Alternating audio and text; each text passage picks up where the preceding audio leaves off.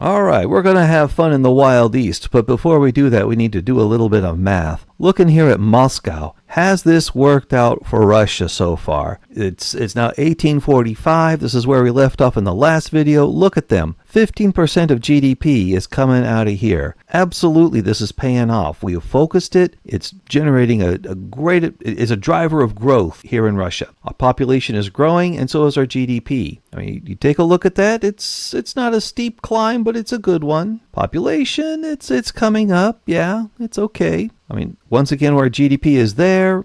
USA, kind of the same. France, well, they had that revolution. That's why the dip. They're not doing so hot. Britain, they are going up, but it looks like they're starting to level off there. And Prussia is leveling up around the same rate that we are. Okay, I feel good. I feel even better looking at Austria's numbers. Yeah, I think our incline is a little sharper up than that. That's ours. Well, okay, maybe. Yeah, okay. Okay, they're at a higher number relative to where no, they're not. Yeah, we're doing better than them. I'm just going to say that. I'm going to squint hard and say we're doing better. If you think we're not, well, too bad. This is Russian propaganda. Now, we're starting to hit the limits, though, because we haven't discovered railroads yet. Once we get to railroads, I can keep pushing what we got here in Moscow. But because we don't have railroads yet, if I build any more here, it's going to it's going to hurt. It's too big right now. So I've got to grow things in Kiev, Kursk, Bryansk. I've got to add more to this core area, which is fine. That was part of the plan all along. Also part of the plan, taking over Central Asia, getting into Persia,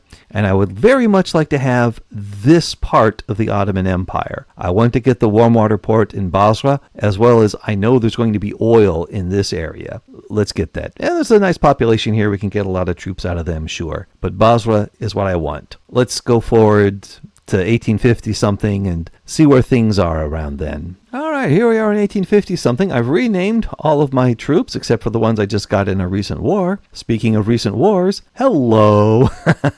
We had 2 wars with the Ottoman Empire during this time. One to grab the area around up here, and the second one was because I said I want to make Persia my little protectorate, and the Ottomans said no, and I said yes, and then took Mosul and Baghdad in the process. You're welcome, Ottoman Empire. I've made it easier for you to manage your provinces. As you can see, we've also protectorated these guys here. I've got a mod that's a very nice mod. It's this one here. Loyal subjects always accept demands. I love this one. No longer do I have this very loyal puppet that's doing everything I ask of it, and then when I say, please join my whole country, please, you're like, it's like family. They go, no. What ingratitude. I know they're going to fix some of this in the next DLC. They're also going to fix the ability to invest in the foreign countries, so we'll see how that goes. But right now, I like having an extremely loyal subject not revolt on me. This is handy. And while we're talking about mods, hats off to Ferris for hyper-aggressive pop merging. It's just like it says here. What's the factor he has here? Okay, 161. You just multiply everything by 10. So whatever they've done in the game, multiply it by 10. Oh yeah, my game is now a speed metal concert. I've tried this with some other save games I had. It's fantastic. Even in late game, it's cooking along just great. Hyper-aggressive pop merging, and I'm starting from the beginning with this. It's going to be even better. But that's why I can now take these guys over without having to worry. I've got the mod. Yes, we're having fun going east. Another thing we could do, a British East India Company seems to be having some troubles. Maybe next time they have some trouble, I could volunteer to help them out, and they'll give me some of their land. I don't know where, but we'll see. That's why I like keeping good relations with the British and their little subsidiaries. I get to then get involved in their fights, and I get rewarded for that. Always nice to have. Oh yeah, it looks like that little bit of Austria that Germany took over has gone back to Austria. Oh well, the United Kingdom has taken parts of China, so don't get after me. We're all having fun out here in the East. Oh, and speaking of which, this is not going to go to the Netherlands. This is going to go to the British. They are definitely a player in Indonesia. GDP-wise, Moscow is now 13% of the GDP in Russia. That means the other areas have grown. You see how they're a little greener than before. And at 7.19 million, let's take a look at the global GDP. There we are. And I'll sort by GDP contribution. Boom. Moscow is 1, 2, 3, 4, 5 on the list. And given its population, we're getting a lot closer to that 1-to-1 thing. In fact, I'd say we're actually in Moscow, we're almost at 2-1. That's really nice. We remember how we were 1-2 as a nation, and now we're getting 2-1. We flipped it here. Sorting by GDP, ours is still going up. We're now up to 54.9. So we've added almost 25 million GDPs, and we've added almost 11.5 million people. This is pretty good. Now, a lot of this is, we did a little bit of conquering there in the Ottoman Empire, not going to lie, but I'm real happy about that line. The USA line looks kind of similar to what we have. Similar United Kingdom. It looks similar at the beginning, but now they have definitely leveled off. You look at that right there. That's flat. France is, they're not getting anywhere. Austria is still having growth. That's concerning to me because I'm not their friend. And Prussia that's leveling off there, kids. That's slowing up. But Russia is still pretty stonks. I like that. Technologically speaking, well, we're going to discover the Bessemer process pretty soon. That'll increase our steel production. We have definitely gotten a lot of good ones here. We got railways. That's why we can build again in Moscow. We got things that'll help us get more out of the dirt, like the atmospheric engine, water tube boiler, nitroglycerin. Our mines are going to be better. We've got more fertilizer. Militarily, we've got the general staff, the percussion cap. We're getting good here. We're certainly not falling behind. And you really don't know how important these society techs are until you don't have them. The ones that come after this first row here, they're not always that important. You think, maybe I'll get that one now. But the ones above it, you're going, oh my gosh, I need the communications. I need central archives. I need corporate charters. I need banking. I need all these. I need dialectics. All these ones that the big guys start off with, you don't have. And when you get them, it's such a blessing. And I'm getting them. All right, so this is what the world looks like in 1856. Let's jump ahead to 1865 and see how the industrialization is going by then. All right, the fact that you can see the armies means, yes, I'm at a war. Who am I at war with? Selangor? Who's Selangor you're going? They're not in Central Asia. No, they are not. They're over here in Malaysia. And yeah, I got these two little things off of the British East India Company. And now I decided, let's knock over the neighbors. Let's take over some Malaysia because we're going to need the rubber. It is 1865. It's time to start getting rubber lined up. The British, they're making their grabs. I'm keeping an eye on them by grabbing there as well. They've stepped up on making this a British Raj. British will eventually take the whole thing over. That's okay. I've taken over Persia. I cleaned up the borders here with the Ottoman Empire. I got the Central Asia going in. And Egypt. Yeah, the Khedivate had a civil war. There was a aristocrat. Yeah, not anarchist, aristocrat revolt. And because of that, I said, well, to aristocratic revolt, if you would like me to make you my protectorate, I would like to help you beat the Khedivate. And they said, sure, we will be your protectorate. And I said, great. In a few years, I will ask you to become my dominion and then my puppet, and then I will absorb you. And they said, oh, that's fine. We're very loyal to you because of said mods that we have. So they're well on the process there. Also had a situation where Prussia was going after Denmark. I thought Prussia was doing the whole Schleswig-Holstein thing. I didn't even look at what the war reason was. I said, yeah, I'm on board with that. Just I'll go in if you make Denmark my protectorate. And they said, sure. And then I get this. And what did you want a treaty port in the Baltic for? That's silly. You get Schleswig and Holstein, and then you get the Baltic. Whatever. So now I have a lot more ice under my command. Didn't need it, but now I got it. And actually, when you think about it, when global warming hits, I'll have this entire part to myself, and then I can knock the Canadians out. Oh yeah, they're the only competition I have, them and Norway. I will own the North Pole. Santa will be mine. I mean, I've already got Finland.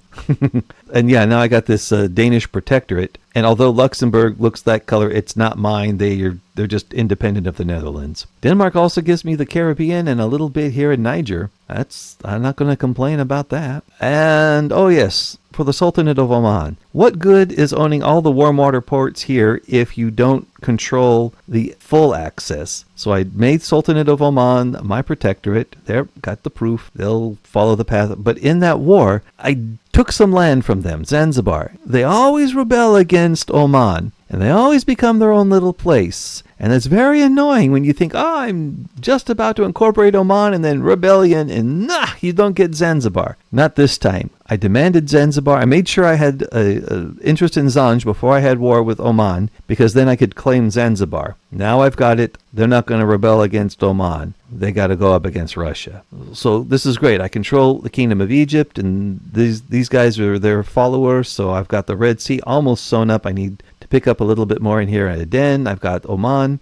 I just want to take the rest of Arabia, make it nice and Russian in color. And then East Africa, sure, why not? I'll still have to do with the British doing things here, and the Trucial Coast is what are they, the Brit? Another protectorate, yeah. So, I'll have the British there, oh well. But I will have very good access to the Indian Ocean, and that's what I need. As for the Atlantic, well, they'll start here in the Baltic, but they can, once I incorporate Denmark, we'll have good access to the North Sea and beyond. This is in Iceland. Hey, that's just direct there. This is going to be fantastic. Yeah, Russia's having a lot of fun out here in the east, and even more fun will be had once we get an opportunity to start knocking on China's door and get Vladivostok and the rest of Central Asia and maybe all of Manchuria, and wouldn't it be nice if we just got the whole thing? That would be great. I would really like that. Yes, to get all of China. That would be good. But we're talking about industrialization. Is it really happening? The fact that the GDP of Moscow is up almost to 10 million, and we've got 5 million people there. So we're now at 1 population for 2 GDPs in Moscow. This is industrialized, but it's only 11% of the total. You bring in the view again there. Come on, GDP. That means the other areas are starting to grow as well. That's fantastic. And a lot of the growth, again, it came from building out the logging industries. Right now we're building out some more paper because we just improved our administration technology, so we are going to need more paper for that. But we're also going to need more wood. I mean, we're short 4,000. We're charging as much tax on it as we can, but we're sending out 13,000. And we're making pretty good money off of that. Well, at least the British route. We're the #1 producer, and look at the others. I'm going to do a little bit of math, but it looks like you can add the next 4. Add the next 4 up, and it will still be less than what we have. That's the British Raj, Kingdom of France, Empire of Austria, Great Qing. Add their production together, Russia's still making more. And then you got the rest of the world, which, forget about it. It's a long tail there. I think we're making about 1/3 of the world's wood right now, and we can do more. That's current production. That's potential. It's a lot greener for us. So yeah, we'll take our production. We'll really go to town with that. Sorting by GDP, we're #2, and that line has now increased in its slope. You see it's kind of straight, and then it takes a little bit of a bend. Yeah, it's flat there, but it's really right after that little flat part, it takes up. Nice. And population, this is not a smooth line. We're incorporating other places, like we just picked up Persia, and that's a hefty chunk there. This is not an amazing birth rate. This is an amazing conquest rate. And when we pick up Egypt, whoop, we're going to have another jump up there. I mean, you look at Austria, you can see that they had a recent civil war. Zoop, zoop, boom. Yeah, and then they come back there. But looking at their GDP, they are just now recovering to where they were before their recent civil war. USA is still very strong. In fact, they're at 44 million and 32 million population. They are almost 2-to-1 across the nation. We're not yet at 1-to-1, but we're growing. United Kingdom, all right, they're having growth. They had a little slow patch. Now they're really growing. France is not growing so fast, though. I really think we can beat the French at this game. And yeah, Prussia, they had a little civil war, and then they came back up again, but they just recently got back on their feet. Nah, I don't think so. They're definitely getting towards 2-to-1. Austria's past the 1-to-1 mark. USA, they're still at 1-to-1. They're ahead. They're having a lot of people come in, but I guess the people are not bringing as much GDP. Britain, I think, is ahead of them on the ratio game. Slightly more in people, way more in GDP. They are really industrializing. France, they're still, they passed 1-to-1, but I think at the rate of growth I'm having, I might pass them up in my ratio. And my standard of living, in fact, let me sort by all our top guys here. I'm matching France. I'm ahead of England. Behind USA, I'm matching Prussia, and then all the other guys, haha, they're behind me. That's good. Well, okay, except Sweden. Look at my population, though. This is 10.9 out of 91.6 million people. That's a significant thing. Industrialization is working for Russia. We focused everything on Moscow, and now we're spreading out. I'm actually going to be building construction capacity in every one of these states, and then we're going to start adding more universities outside of the area, just so that way we have increased qualifications, not just in the central area, but everywhere. We're getting to the point where we're having a lot of money coming in, and we need to send it back out. We need to invest in our people, and that's done with education. It's also done with the arts. If you like playing Russia, I strongly recommend playing Russia while listening to the Russian 5 composers. Tchaikovsky is very well known. He's a guy who used Russian themes, but in very Western compositions. The Russian 5, Borodin, Balakirev, Mussorgsky, Rimsky-Korsakov, and Cesar-Cui, those 5 guys used Russian themes in Russian-style compositions. They were not trained in the Western methods at all, and their music is considered the heart of Russia. I really enjoy it from this period, just as much as I enjoy listening to Strauss and Schubert and Schumann, and for Austria, as much as I enjoy the French composers for France, and all those guys there. Russian composers are excellent. You get the Rimsky-Korsakov gave us the Shahrazad, Mussorgsky gave us Night on Bald Mountain. We have Borodin gave us On the Steppes of Central Asia. So many of these guys have got some great compositions there. Get into them while you play your Russia game. Couple more things to point out. That 162 patch, we get this little ongoing diplomatic actions back. Hooray, thank you. Nice quality of life. And I am so excited about the 1.7 patch coming out with the DLC release. It's going to change everything here. This is the last time I get to play Russia with taking over Central Asia the old school way. Now that it's with the sphere of influence, all this changes up with the great game. But I'm looking forward to that happening as well. I hope this helps you in planning out your economy as you industrialize, and I hope all your diplomatic plays go the way you like them to.